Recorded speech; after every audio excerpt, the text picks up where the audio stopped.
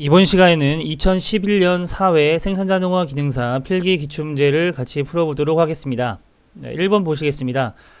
사인바는 P 측정물에 무엇을 측정하기에 적합한가 라고 나와 있는데요. 이 사인바라고 하는 것은 이 밑에 해설에 나와 있는 그림과 같이 이쪽 부분의 사인 이용한 값과 이쪽 부분의 사인 함수를 이용한 값을 비교를 해서 나타나는 값으로 임의의 각을 측정하는 또는 임의의 각을 만드는 기구가 되겠습니다. 답은 3번이 되겠고요. 2번입니다. 보통 선반의 심압대에 파이 13mm 이상의 드릴을 고정하는 데 사용하는 도구. 드릴 지름이 13mm 이하인 경우 고든 자루를 사용하는데요. 이것은 보통 선압대에는 이제 테이퍼가 이렇게 젖어 있는데 기구가 젖어 있죠. 드릴이 너무 작게 되면 이 테이퍼에 들어가기가 어렵습니다. 그래서 이 테이퍼진 부분 케이스라고 보시면 되는데요. 이런 케이스가 슬리브가 되겠습니다. 슬리브. 드릴의 그 사이즈가 너무 작을 때 사용하는 사용하는 주변 공구로 생각하시면 되고요. 주변 부품이죠. 13 이상일 때에는 이 드릴이 아예 이 심압대에 맞게끔 나옵니다. 그래서 테이퍼가 져서 나오기 때문에 이것은 그냥 고정을 하면 됩니다. 그대로 주축에 장치를 하면 되겠습니다. 여기서는 13mm 이상의 드릴 고정하는 데 사용하는 도구를 얘기를 하고 있는데요. 여기서 13mm 이상 되는 드릴을 사용할 때는 보통 도구를 사용하지 않고 작을 때만 사용을 합니다. 여기서는 마땅한 답으로 볼 수 있는 것들이 없기 때문에 2번 슬립으로 보는 것이 가장 적절하겠네요. 답은 2번이 되겠습니다. 맨드릴이라고 하는 것은 엔드밀이 있고 맨드밀이 있는데 이 엔드밀은 밀링 공작기계에서 사용되는 그런 공구로 보시면 되고요. 이 맨드릴이라고 하는 것은 이제 선반에서 사용되는 기어나 벨트 풀리 같은 것 같은 구멍과 외경이 동심원인 경우 이런 것들을 가공할 때 사용하는 선반의 부속 부품이 되겠습니다. 3번입니다. 기계에서 발생하는 소음이나 진동 등과 같은 주위 환경에서 오는 오차와 또는 자연현상의 급변 등으로 생기는 오차. 오차의 종류에는 개인 오차나 계기 오차, 그리고 환경 오차, 우연 오차, 특정의 영향, 히스테리시스 오차 등이 있는데요. 개인 오차라고 하는 것은 특정한 사람에 따라서 나타나는 그런 오차가 되겠고요. 계기 오차는 측정기 오차죠. 측정기의 구조나 압력, 측정기에 미치고 영향을 주고 있는 영향에 따라서 발생하는 오차입니다. 환경 오차는 그 미세한 측정 조건 변동으로 인해서 나타나는 오차이고요. 환경적인 그 영향에 의해서 발생하는 오차가 되겠습니다. 우연 오차라고 하는 것은 기계 등에서 발생하는 진동이 있죠. 진동. 자연현상에 따라서 나타나는 그런 오차가 되겠습니다. 답은 우연 오차가 되겠고요. 측정형의 영향에 의한 오차도 있는데요. 이것은 접촉부에서 생기는 탄성 변형 이런 것들이 사용되는 측정기에서 발생하는 오차가 되겠습니다. 히스테리시스 오차라고 하는 것은 계측기의 측정량을 증가시킬 때와 감소시킬 때 지시값이 다른 경우에 생기는 오차가 되겠습니다. 답은 3번이 되겠고요. 4번입니다. 양두 그라인더에서 일감은 숫돌 차이 어느 곳을 대고 연삭해야 되는가? 보통 이 양두 그라인더는 금속재료 실험 기능사나 산업기사에서 불꽃 시험을 통해서 강종을 판별하는 그런 시험이 있는데요. 이때 사용하는 것이 양두 그라인더입니다. 이 양두 그라인더의 그 원주면에 이 부분에 그 회전시켜 놓고 이 부분에 강종을 놓으면서 그 나타나는 그 불꽃의 특성을 이용해서 그 강종의 종류를 맞히는 그런 시험이 되겠습니다. 그러니까 이 양두 그라인더는 옆면이 아니라 이 원주면에 연삭을 해야겠죠. 일감을 원주면에 대고 연삭을 해야겠습니다. 답은 숫돌의 원주면 1번이 되겠습니다. 이 다음 장에 양두 그라인더에 대한 그림이 나와 있는데요. 자, 이 면이죠. 이 면. 이걸 회전시켜 놓고 이 면에 이 원주면이죠. 원주면에 일감을 대서 그 불꽃을 되어서 그 불꽃의 특성을 가지고 강정을 판별하는 방법이 되겠습니다. 5번입니다. 가는 지름의 한 봉지 또는 일정 크기의 재료를 빠르게 중심을 찾아서 고정하는 선반척. 가는 지름이라고 했습니다. 가는 지름은 그래서 그 가는 지름에 맞게끔 슬리브와 같은 역할을, 드릴에서는 슬리브와 같은 역할을 해주는 선반 부속 부품이 필요하겠죠. 그것이 콜리척입니다. 콜리척. 테이퍼진 부분이 되겠고요. 이렇게 장착이 될 수 있게끔, 잘 장착이 될 수 있게끔 하는 어댑터와 같은 역할을 한다고 보시면 되겠습니다. 지름이 가늘기 때문에 고정하기 어려워서 따로 고정할 수 있게끔 하는 그 선반의 부속 부품이라고 보시면 되겠습니다. 답은 콜리척이 되겠고요. 마그네틱척은 자성을 이용한 것이고요. 단동척은 조가 4개로서 이 조가 따로따로 움직여서 복잡한 형상의 공작물을 고정시키는 데 유리한 척이 되겠습니다. 조가 3개인 것은 연동척이죠. 6번을 넘어가도록 하겠습니다. 쇼피닝 가공에서 피닝 효과에 영향을 미치는 주요 인자 3가지. 피닝 효과라고 하는 것은 이 표면에 가공 경화를 일으켜서 표면 경도를 높여주는 효과를 얘기를 하죠. 이 피닝 효과에 영향을 미치는 것은 뿌려주는 분사각, 그리고 분사 면적, 분사각과 분사 면적, 그리고 이것을 얼마만큼 빠르게 분사를 하느냐, 분사 속도에 따라서 이 피닝 효과에 영향을 미치는 정도가 달라지겠습니다. 답은 2번이 되겠고요. 7번입니다. 절상유제 사용 목적으로 틀린 것. 절상유제는 보통 윤활작용과 냉각작용을 하기 위한 것인데요. 윤활작용과 냉각작용. 절삭공구와 가공물의 마찰을 증가시켜서 가공을 빠르게 하고요. 절삭공구와 가공물의 마찰을 일으켜서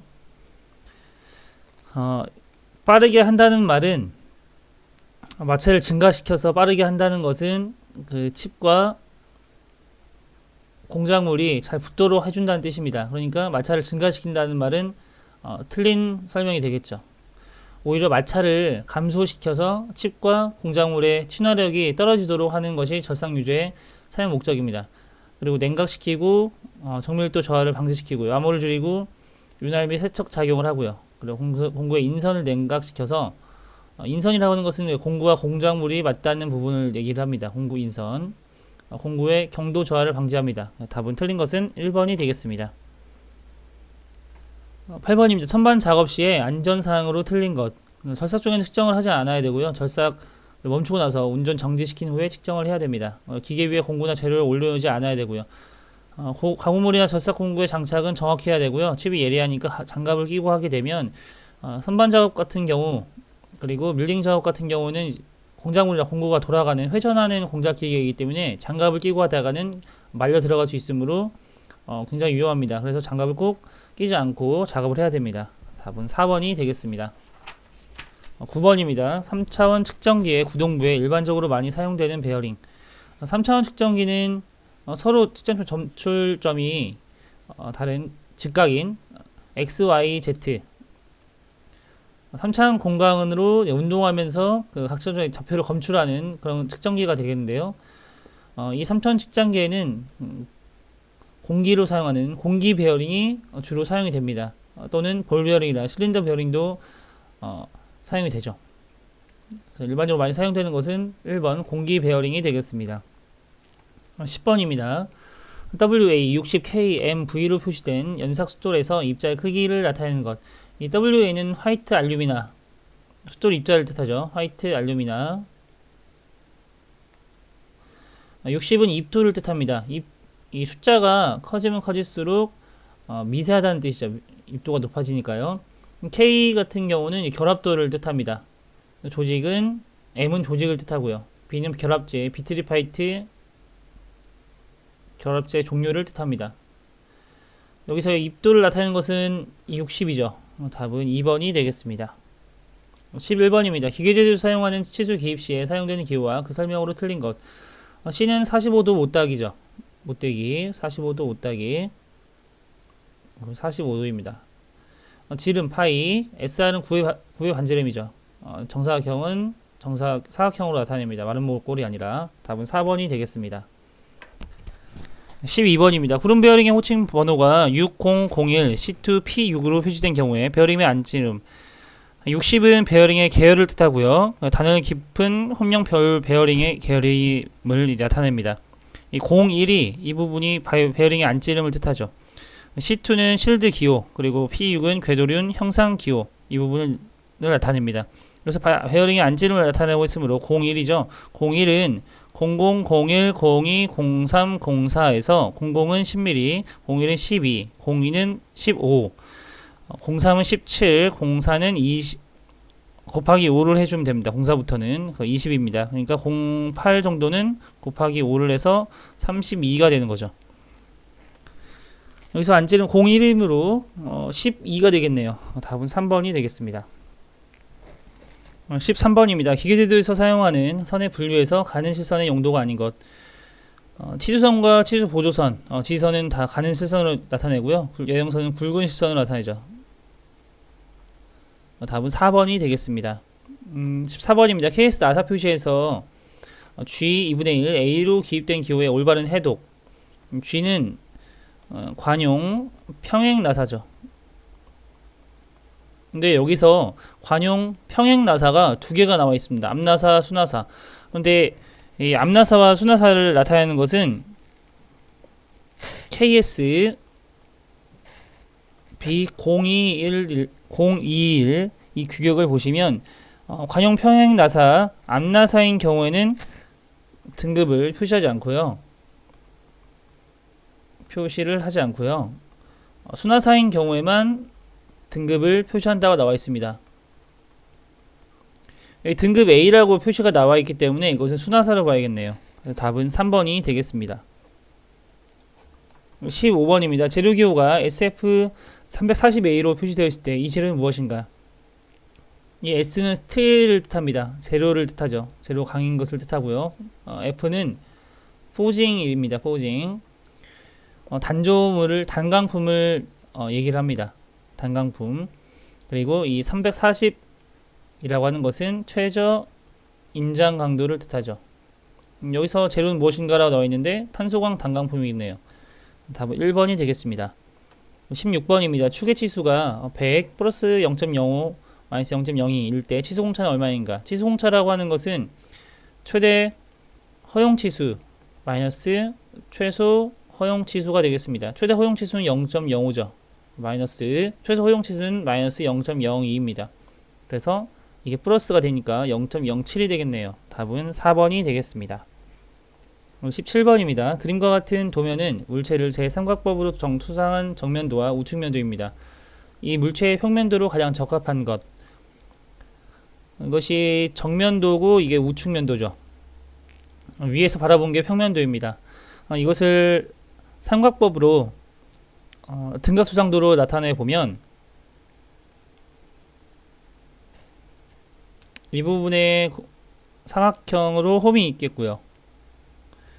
정육면체에서 이 부분도 사각형이 있는 파란색으로 나타내 보면 정면도는 그래서 이렇게 나타나겠네요. 네, 맞죠? 우측면도는 이렇게 나타내는데 이 부분이 있으므로 점선을 나타내야 되고요. 이 부분이 평면도로 나타나야겠죠. 이 부분. 그러면 아래 중앙 하단에 홈이 있는 이런 형상이 되겠네요. 답은 4번이 되겠습니다. 18번입니다. 그림과 같은 도면에 지시한 기하공차의 설명으로 가장 옳은 것. 이 기하공차의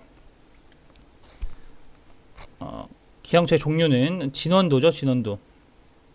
이와 비슷한 것은 원통도가 있겠습니다. 이 진원도라고 하는 것은 이미 쭉 직각 단면에 있어서 바깥 둘레는 동일 평면유에서 0.02m만큼 떨어진 두 개 동심원 사이에 있어야 한다 라는 설명이 되겠습니다. 답은 3번이 되겠습니다. 이것이 진원도에 대한 설명입니다. 정의입니다. 평면 사이에 있어야 되는 것은 평면도죠. 평면도. 원통 내에 있어야 되는 원통도가 되겠습니다. 기호는 이렇게 나타냈었고요. 평면도는 이렇게 나타냈습니다. 대칭으로 하고 있는 면은 0.02mm 만큼 떨어진 두 개 등축 원동면 사이에 있어야 된다. 이것은 해당되지 않습니다. 19번입니다. 표면의 결 도시 방법에서 제거 가공을 허락하지 않는 것을 지시하고자 할 때 사용하는 제도 기호로 옳은 것. 1번 같이 동그라미가 있는 것은 제거 가공이 하면 안 되는, 허락하지 않는다는 뜻이고요. 2번과 같은 경우는 이 부분 제거 가공이 필요로 한다는 뜻입니다. 그리고 아무것도 없는 것은 제거 가공을 해도 되고 안 해도 되는 그런 기호가 되겠습니다. 그래서 답은 1번이 되겠네요. 20번입니다. 추상도에서 특정 부분의 도형이 작기 때문에 그 부분을 상세히 도시하거나 치수를 기입할 수 없을 때 그 부분을 확대해서 별도로 다른 곳에 상세하게 도시하는 것을 무엇이라고 하는가 라고 나와 있는데요. 특정 부분 도형이 작기 때문에 상세히 도시하는 것은 확대를 해야겠죠. 확대. 부분적으로 확대를 하기 때문에 부분 확대도가 되겠네요. 답은 3번이 되겠습니다.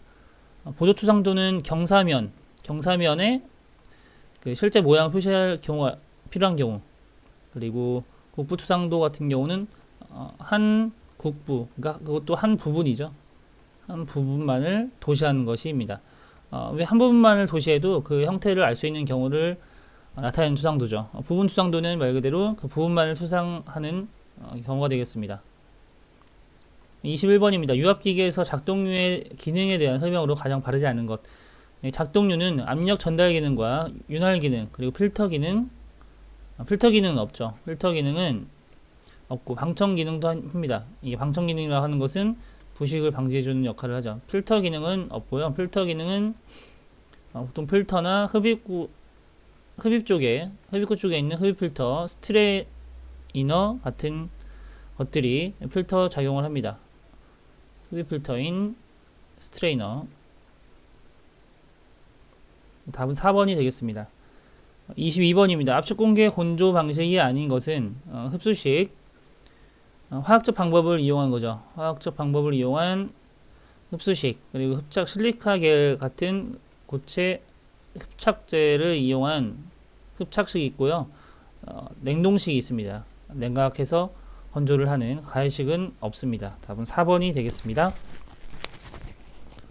23번입니다. 다음 중 유압류의 온도 변화에 대한 점도의 변화량을 표시한 것.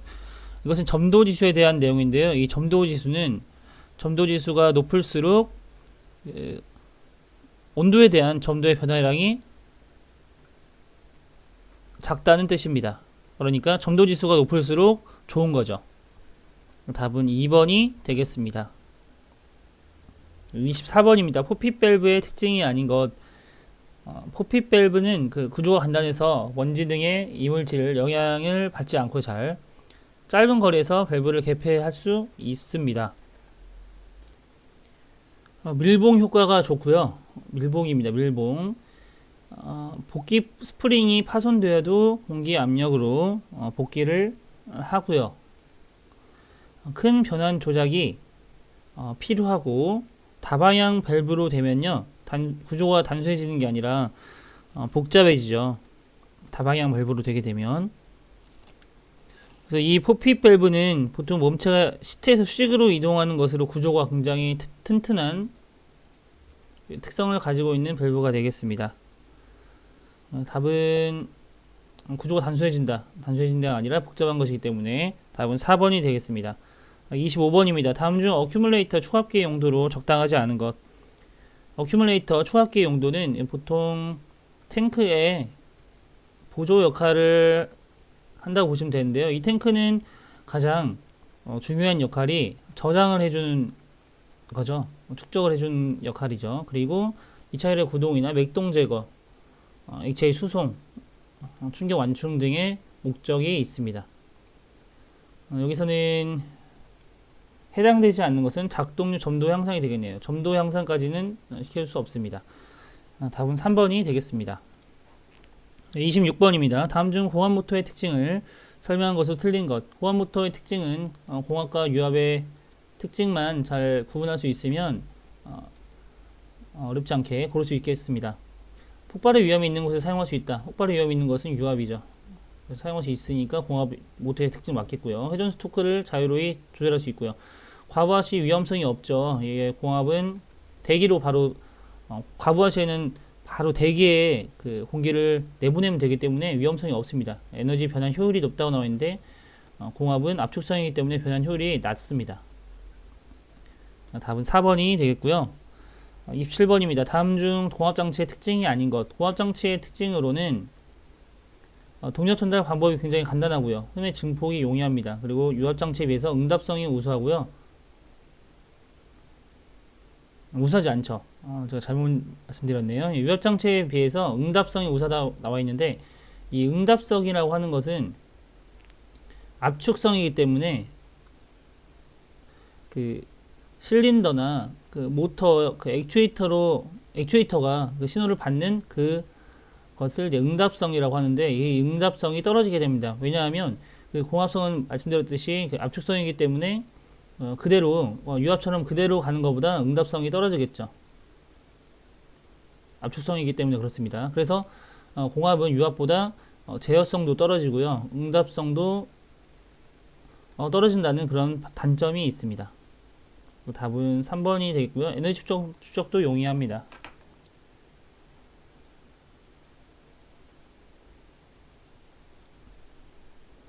28번입니다. 다음 중 캐비테이션의 발생 원인으로 잘못된 것.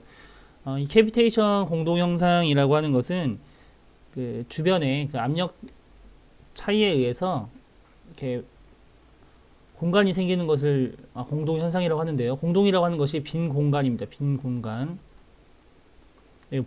보통 발생 원인은 이제 압력 차가 생기기 때문인데 그 압력 차이가 생기는 이유가 흡입 필터가 막히거나 급격히 유를 차단한 경우, 갑자기 뭔가를 차단됐을 경우가 되고요.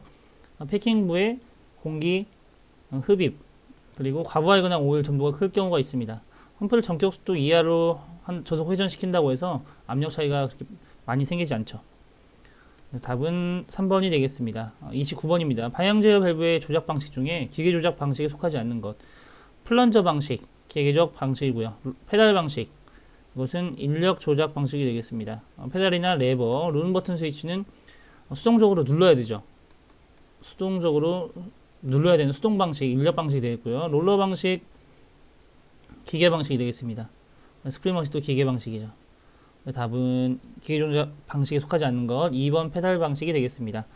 30번입니다. 편심 로터가 흡입과 배출 구멍이 있는 하우징 내에서 회전하는 형태의 압축기.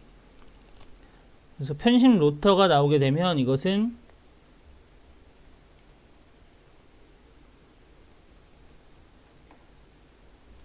날개가 있다는 뜻인데요. 그래서 미끄럼 날개 회전 압축기에 대한 설명이 되겠는데 피스톤 압축기 같은 경우에는 회전하는 것이 아니라 이것은 왕복 운동이죠. 그리고 격판 압축기도 마찬가지로 왕복 운동인데 격판 압축기는 흡입되는 부분과 움직이는 부분, 그 부분에 격판이 있어서 격판 다이어프레임이라고도 하는데요. 다이어프레임이 있어서 그냥 깨끗한 공기를 압축할 수 있다는 그런 장점이 있는 압축기가 되겠습니다. 충류 압축기는 공기 압축기의 일종이죠. 이것은 터보용 압축기의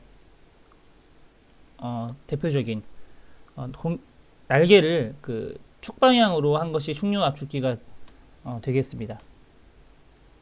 그리고 반지름 방향으로 한 것이 원심식 압축기가 되겠고요.